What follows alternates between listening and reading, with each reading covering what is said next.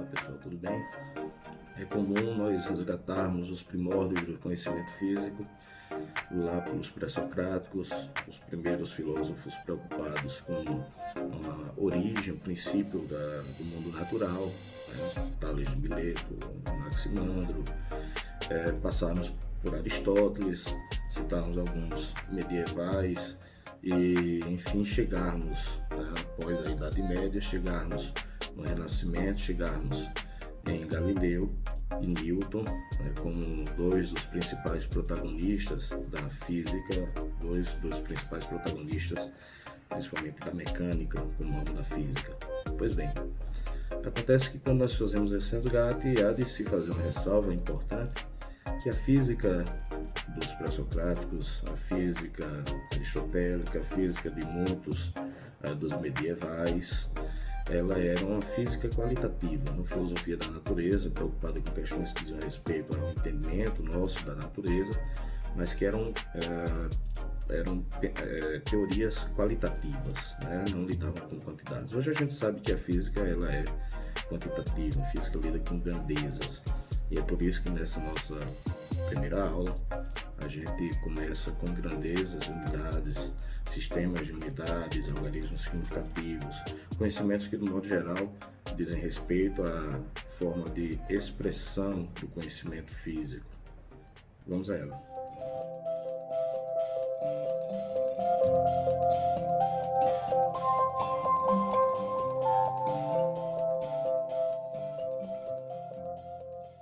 Bom, já que nossa aula é sobre medidas, unidade de medida, além disso, algarismos significativos, ordem de grandeza, nós devemos começar caracterizando um padrão. O que interessa um padrão de medida para a física? É importante que o padrão seja imutável, que ele não sofra modificações, que ele seja, como o próprio nome coloca, um padrão de medida, né? Que ele seja acessível, ou seja, que diferentes partes do mundo, diferentes sociedades tenham acesso a esse padrão de medida, né, com o qual deverá ser confrontada uma determinada medição, né. É importante que o padrão de medida seja preciso, e isso vai depender da tecnologia de medida, né, e que ele seja universalmente aceito. Um padrão de medida ele deve ser universalmente aceito, ou seja, a gente está falando de um sistema que contenha padrões que sejam adotados em qualquer parte do mundo, né? Por isso que a gente tem um sistema internacional de unidades, onde várias unidades de medida, ou seja, vários padrões de medida são lá definidos, a exemplo dos padrões de tempo, massa e comprimento, que são padrões que a gente vai repetir bastante em Física Geral 1.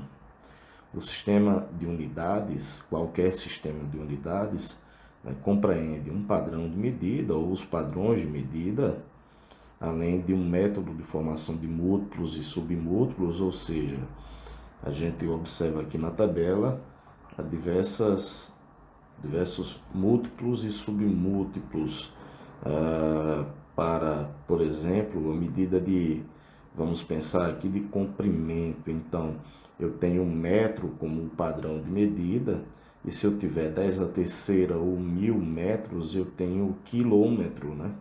Se eu tiver 10 a menos 2 ou um centavos de metro, eu tenho um centímetro, ou 1 milésimo, né? 1 sobre 1000, 1 milhavos de metro, eu tenho 1 milímetro. Então esses são submúltiplos bastante utilizados quando a gente fala em medida de comprimento. E também compreende o sistema de unidades as definições das grandezas derivadas. Há grandezas que são principais, que são básicas, e há outras grandezas que são derivadas. Por exemplo, no SI são grandezas ou unidades de medida referentes a essas grandezas básicas, né? O tempo é medido em segundo, o comprimento é medido em metro, a massa é medida em quilograma. Essas são 3 unidades básicas ou fundamentais do SI, que é um sistema internacional de unidades que foi definido na Conferência Geral de Pesos e Medidas, que acontece periodicamente, a cada 4 ou 6 anos, isso em 1960. Né? A gente vê aqui uma imagem da 26ª Conferência Geral de Pesos e Medidas, que aconteceu em Versalhes, em 2018. Além do metro como unidade de medida para tempo, para comprimento, perdão, o segundo para tempo e o quilograma para massa, a gente tem outras unidades de medida como candela para a intensidade luminosa, o mol para a quantidade de matéria, o Kelvin para a temperatura e o ampere para a intensidade de corrente elétrica. Estas são outras das unidades chamadas unidades fundamentais do SI, a partir das quais outras unidades são derivadas. Bom, se nós pensarmos hoje nessas 3 grandezas que são grandezas básicas da física e principalmente para a mecânica, que abrange o conteúdo que nós estudamos em Física Geral 1, nós pensarmos, por exemplo, com relação ao tempo, né? Qual é a definição de tempo hoje? O tempo hoje é de segundo, que é o padrão da unidade de medida de tempo, né? O segundo hoje ele corresponde a 9.192.631.770 oscilações, né, de um certo isótopo de Césio 133, né, num estado de transição, né, num processo de transição energética. Né? Então, quando há uma transição energética e esse isótopo de Césio 133 emite radiação, ele emite uma frequência tal que o segundo, né, corresponde a esse número aqui, ou seja, esse é um número, este aqui é um número correspondente à quantidade de oscilações em um segundo. Então, o relógio atômico ele é construído a partir desse fundamento, né? O Césio 133, o isótopo do Césio 133, ele tem como característica, quando excitado, né, quando há uma transição, né, há uma oscilação nessa frequência aqui, de maneira que esse pode ser uma forma, pode ser um mecanismo importante para se definir com precisão a medida de tempo, com a precisão tal que esse relógio atômico ele leva milhões de anos para atrasar um segundo, né? Na verdade, são dezenas, talvez centenas de milhões de anos, né, para atrasar um segundo. Esse aqui é um esquema de um relógio atômico brasileiro, eu acho que o único existente aqui no Brasil, lá na UFSCar. E com relação ao comprimento, né? O comprimento tem como unidade do sistema internacional o metro, né? O metro já teve definições outras, né? Já foi definido como uma fração do meridiano que vai da linha do Equador ao Polo Norte, passando por Paris, né? Já foi definido a partir de uma certa barra metálica, né? Que foi replicada e fornecida a outros países, para que outros países tivessem acesso a esse padrão de medida de comprimento. E hoje o metro é definido como a distância que a luz percorre no vácuo, nessa fração de segundos aqui. Essa aqui é a velocidade da luz no vácuo. Então, em 1 sobre 299.792.458 segundos, né, essa é a distância percorrida pela luz, né, nesse tempo aqui. Equivale, portanto, a 1 metro, certo? Aqui a gente vê de novo, né, os múltiplos e submúltiplos mais utilizados quando a gente fala em medida de comprimento. Metro, centímetro, milímetro, o quilômetro, e aqui qual é o fator de multiplicação, né? O metro já foi, ao longo da história, quando outras medidas de comprimento baseadas no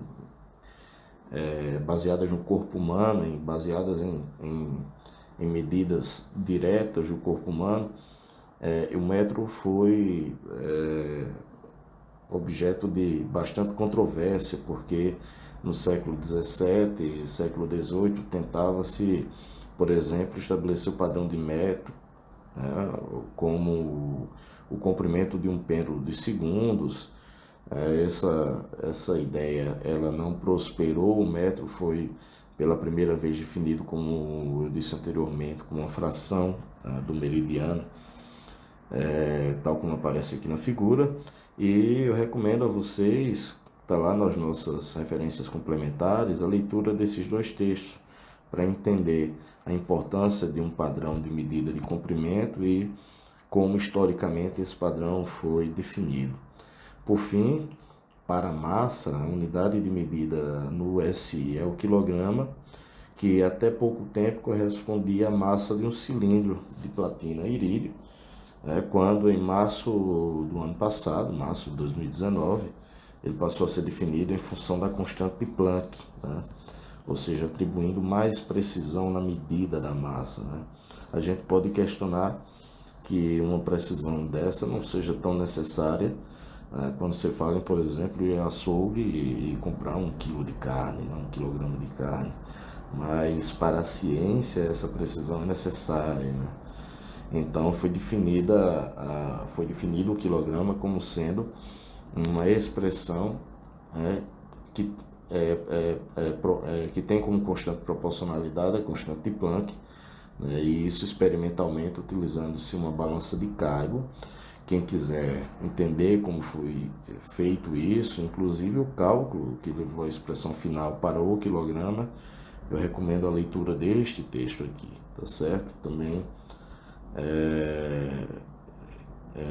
não está nas nossas referências disponibilizadas, mas eu vou disponibilizar lá na nossa área, na nossa sala de aula.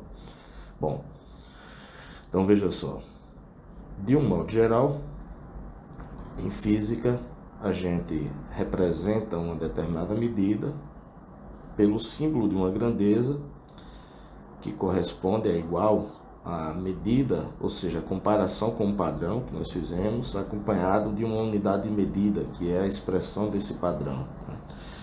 Vamos pensar, por exemplo, aqui nessa imagem belíssima, que talvez seja a primeira imagem feita de fora da Terra, abrangendo na mesma composição a Terra e a Lua, né, o que nos permite ver em comparação de tamanho esses dois astros, né? A Terra e o seu satélite natural, a Lua, a gente tem aqui uma noção da distância e a comparação dessa distância com os diâmetros de cada um, né?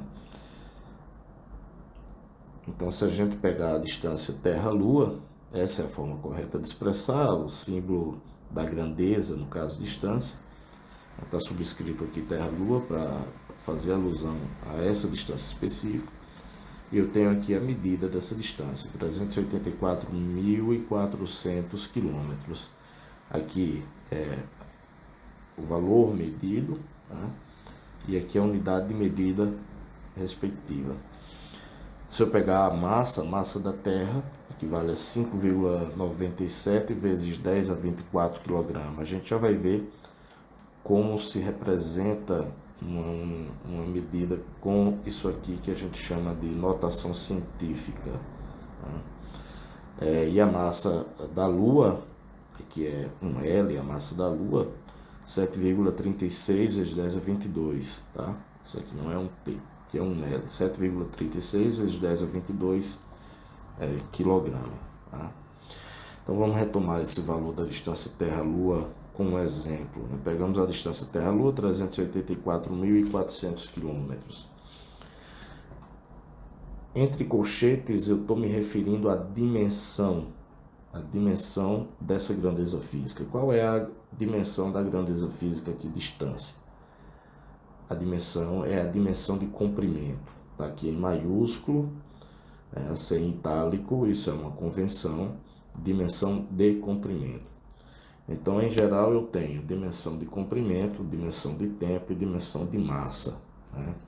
Então, as grandezas físicas que a gente vai trabalhar em Física Geral 1 são elas todas relações dessas dimensões. Essas dimensões aparecem de alguma forma, de maneira que quando eu pego, por exemplo, aqui a distância entre o campus 8, na Universidade Estadual da Paraíba, o campus 8, onde a gente estuda em tempos normais, né?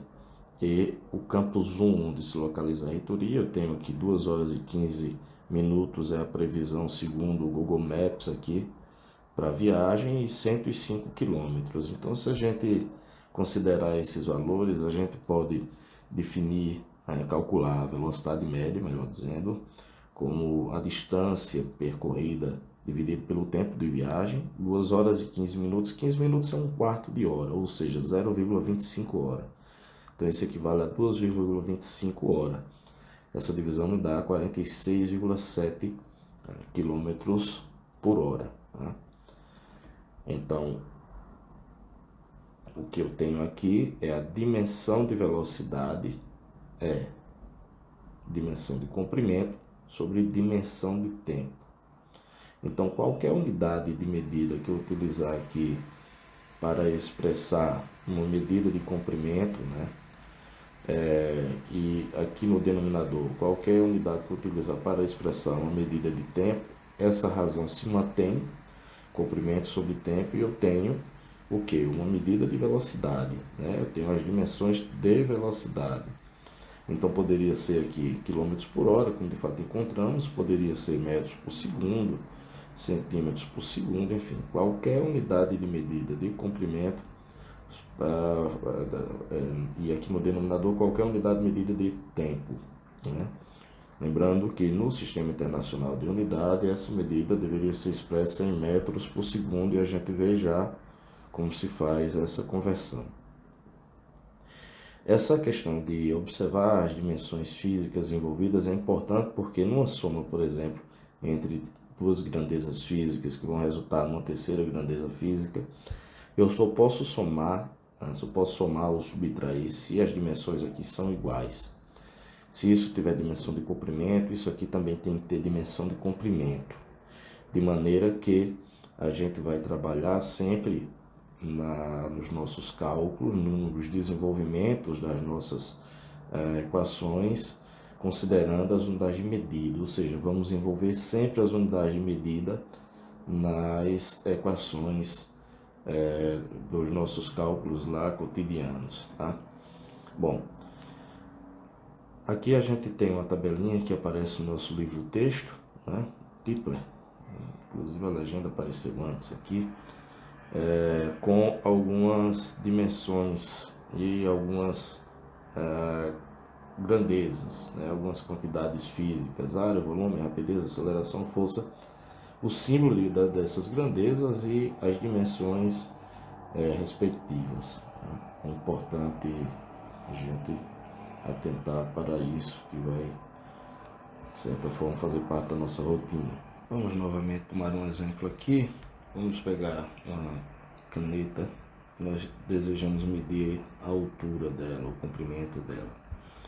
Nós observamos aqui que o comprimento dela tem aproximadamente 12,4 centímetros, né? São 12 centímetros aqui mais 4 milímetros. A gente poderia expressar isso assim. O comprimento da caneta é igual a 12,4 centímetros. Veja só, nessa medida, o que nós temos é uma incerteza que incide aqui sobre o último algarismo, né? A incerteza incide aqui até pela questão de que o nosso instrumento não é o mais adequado para medir esse comprimento da caneta. E de que forma a gente, no laboratório, não em Física Geral 1, a gente não vai ter esse nível de preciosismo, a gente não vai se preocupar com isso. Mas só para vocês tomarem conhecimento de que no laboratório de Física 1, em Física Experimental 1, vocês vão ver isso lá. Essa medida ela seria mais corretamente expressa como sendo 12,4, mais ou menos isso aqui que é a incerteza, que equivale à metade da menor escala do meu instrumento de medida. Se a menor escala é 1 milímetro, então a metade de 1 milímetro, ou seja, meio milímetro, é a minha incerteza. De maneira que o comprimento seria maior ou igual a isso menos isso, 12,35 centímetros ou 12,45 centímetros. Essa medida mais a incerteza. Tá? Bom, vamos adiante. Isso aqui, voltando, isso aqui, né, esses três algarismos nós chamamos de algarismos significativos. Eles estão relacionados à precisão na medida. Vamos pegar aqui, por exemplo, esse número, né? Quantos algarismos significativos eu tenho aqui? Eu tenho 4 algarismos significativos. Os zeros à esquerda não são contabilizados como algarismos significativos. Nesse número aqui, como eu não tenho a vírgula decimal aqui, e qualquer outro número, ou mesmo um zero após, eu vou ter possivelmente 2, 3 ou 4 algarismos significativos, né? A situação deve especificar quais são significativos. Essa é uma situação ambígua, né? O importante é que a gente atente para, nas operações de multiplicação e divisão e de soma e subtração, expressar o resultado de maneira conveniente, sendo que para multiplicação e divisão o resultado deve conter o mesmo número de algarismos significativos que o número menos preciso, aquele que tem menos algarismos significativos. Vamos pensar aqui, por exemplo, nessa Mercedes Fórmula 1, do Hamilton aí. Por exemplo, ela consegue alcançar a distância de 100 metros partindo do zero, partindo do repouso, estando parado inicialmente, em aproximadamente 4,3 segundos. Se a gente quisesse calcular a velocidade média, ela percorreu 100 metros em 4,3 segundos. A gente teria uma velocidade média de, supondo que a nossa calculadora expresse até 10 algarismos, esse seria o resultado, certo? O que a gente vai observar é que aqui eu tenho no denominador apenas um algarismo significativo após a vírgula decimal. Então, meu resultado deverá ter também apenas um algarismo significativo após a vírgula decimal. Essa setinha, na verdade, ela deveria estar aqui dizendo o seguinte: se eu só devo ter um algarismo após a vírgula decimal, então esse número aqui ele vai ter que servir de base para eu arredondar este algarismo. Então, se ele for menor do que 5, esse aqui não muda. Se ele for maior ou igual a 5, esse aqui vai mudar, que foi o que aconteceu aqui. Como o segundo algarismo aqui é igual a 5, a gente modifica para cima, né? Se a gente soma mais um, esse algarismo anterior, e fica 23,3 metros por segundo. Na soma e subtração, a gente vai pegar o resultado, a gente vai pegar o número da operação que tem mais algarismos significativos, é o contrário, né? Então, por exemplo, eu pego aqui uma motocicleta moderna aqui da Yamaha, tal, que ela tem a opção de elevar esse assento. Então, o assento dela, normalmente, a altura H do assento é 845 milímetros, mas é possível aumentar mais 15 milímetros. Então, qual será a altura no final, quando quando o banco for elevado? Eu tenho 3 algarismos significativos aqui. Então, eu devo considerar o meu resultado com 3 algarismos significativos. 860 milímetros. Muito bem. Vamos lá. O que é ordem? O que vem a ser ordem de grandeza? Vamos pegar alguns dados astronômicos aqui. Por exemplo, distância média à Lua, a gente viu que era 384.400 quilômetros. Se eu expressar isso em metro, eu posso expressar assim: 3,844 vezes 10 à oitava metros. Essa potência de 10 vai me dar a ordem de grandeza.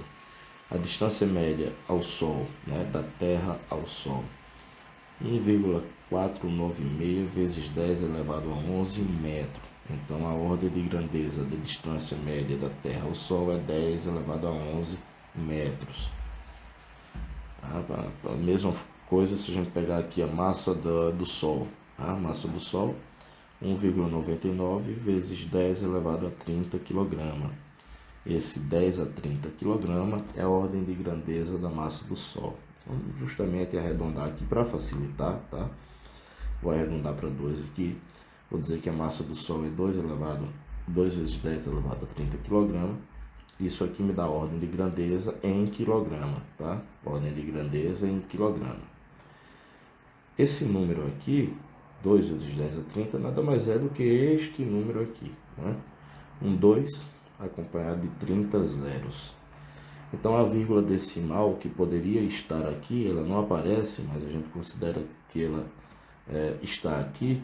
Ela tem que voltar 30 vezes para vir para cá e a gente ter o 2, né? 2,02, como a gente expressou aqui, vezes 10 a 30 kg.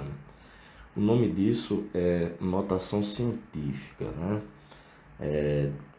A forma geral de uma medida física expressa em notação científica é essa aqui. Uma certa mantissa vezes 10 elevado a n, de maneira que essa mantissa ela é maior ou igual a 1 e menor do que 10. Porque se ela for igual a 10, eu vou voltar a vírgula uma vez e vou acrescentar 1 aqui no expoente. Então, quando eu caminho para cá com a vírgula, eu aumento no expoente. Cada casa decimal que eu me deslocar com a vírgula, eu vou aumentar no expoente. E, pelo contrário, eu vou diminuir no expoente, né? Vamos ver aqui algumas ordens de grandezas típicas, né? Por exemplo,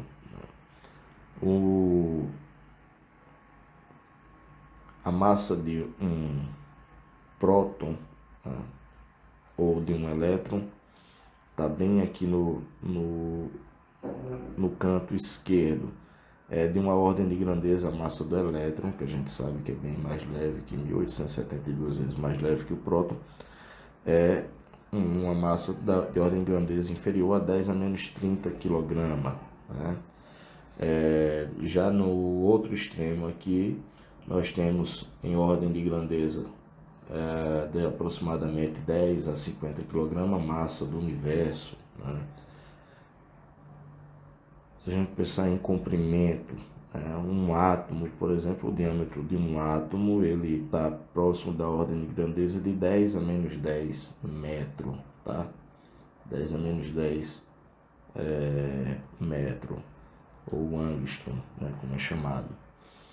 Se a gente pensar na ordem de grandeza do diâmetro da Terra, a gente sabe que é da ordem de grandeza de acima de 10 a sexta aqui, né?